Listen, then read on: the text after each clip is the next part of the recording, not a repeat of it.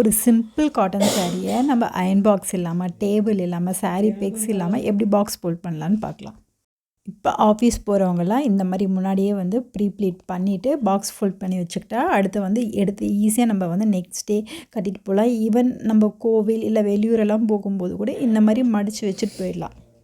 நான் ஃபஸ்ட்டு வந்து இங்கே பல்லு லென்த் வந்து மெஷர் பண்ணி பின் ஆல்ரெடி பண்ணி வச்சுட்டேன். இதில் வந்து நார்மலாக நீங்கள் உங்களுக்கு எத்தனை ப்ளீட்ஸ் வேணுமோ, நான் இங்கே வந்து ஒரு 7 ப்ளீட்ஸ் வந்து வச்சுருப்பேன். உங்களுக்கு 4 5 வேணும்னாலும் அதுக்கேற்ற மாதிரி வச்சுட்டு அந்த ப்ளீட்ஸை வந்து இந்த மாதிரி நான் ட்ரெஸ்ஸோடு வந்து நார்மல் கிளிப் இருக்கும் இல்லையா, அதை கிளிப் பண்ணிவிட்டு அதுக்கப்புறம் அந்த ப்ளீட்டை மட்டும் அட்ஜஸ்ட் பண்ணுறேன். இந்த மாதிரி வந்து வித்தவுட் டேபிள் நீங்கள் அட்ஜஸ்ட் பண்ணிக்கலாம். அப்படி இல்லைன்னா ஜன்னல் இருக்கும் இல்லையா, அந்த ஜன்னல்லையுமே நீங்கள் பின் பண்ணிவிட்டு அதுக்கப்புறம் அங்கேயுமே நீங்கள் ப்ளீட் வந்து அட்ஜஸ்ட் பண்ணிக்கலாம்.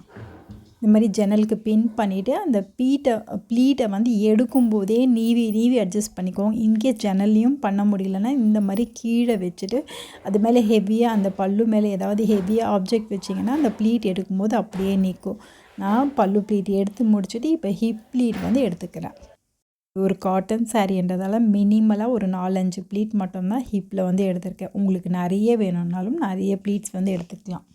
இப்போ ஹிப் ப்ளீட் வந்து மெஷர் பண்ணி அட்ஜஸ்ட் பண்ணிக்கோங்க. எல்லாமே பஞ்சாக ஒரு இடத்துல வைக்காமல் லைட்டாக வந்து கொஞ்சம் தள்ளி வச்ச மாதிரி வச்சுட்டு பின் பண்ணி வச்சுடுங்க.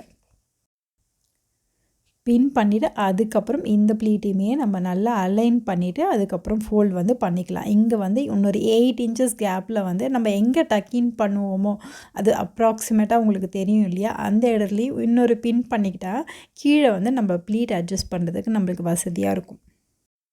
நம்ம இந்த மாதிரி ஃபோல்ட் பண்ணி வச்சுட்டா அவசரத்துலனா கூட நம்ம எடுத்து ஈஸியாக வந்து சாரீ கட்டிட்டு போயிடலாம். இப்போ வந்து நாங்கள் கீழே அந்த ஃபால் போர்ஷன் இருக்கும் இல்லையா, அந்த இடத்துல வந்து அப்படியே நம்ம ப்ளீட் வந்து நான் அட்ஜஸ்ட் பண்ணி ஒன்று மேலே ஒன்று ஒரு 1 இன்ச் கேப் இருக்கிற மாதிரி வைக்கிறேன். உங்களுக்கு நிறைய ப்ளீட்ஸ் வந்ததுன்னா உங்களோட சாரியில் வந்து நீங்கள் தள்ளி ரொம்ப கிட்ட ஒரு 1/2 இன்ச்சு அந்த டிஸ்டன்ஸில் வந்து நீங்கள் அந்த ப்ளீட் வந்து அட்ஜஸ்ட் பண்ணிவிட்டு ஒரு பின் வந்து நான் இங்கே குண்டூசி வந்து குத்திடுறேன். நீங்கள் பின் பண்ணுறதா இருந்தாலும் பின் பண்ணிவிட்டு அதுக்கப்புறம் ஃபோல்ட் பண்ண ஸ்டார்ட் பண்ணலாம்.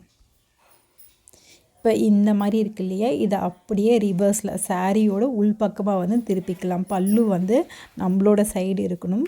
அந்த உள்ளே டக்கின் பண்ணுவோம் இல்லையா, அது வந்து ஆப்போசிட்டில் இருக்கிற மாதிரி வந்து நீங்கள் அலைன் பண்ணிக்கோங்க. அதே மாதிரி ப்ளீட் எல்லாமே ஆப்போசிட் டைரெக்ஷனில் இருக்கிற மாதிரி வந்து நம்ம அலைன் பண்ணிக்கலாம். அந்த உள்ளே டக்கின் பண்ணுற பார்ட்டை வந்து நம்ம எடுத்து அந்த ப்ளீட் நேராக வந்து நம்ம அட்ஜஸ்ட் பண்ணி ஃபோல்ட் பண்ணி வச்சுக்கலாம்.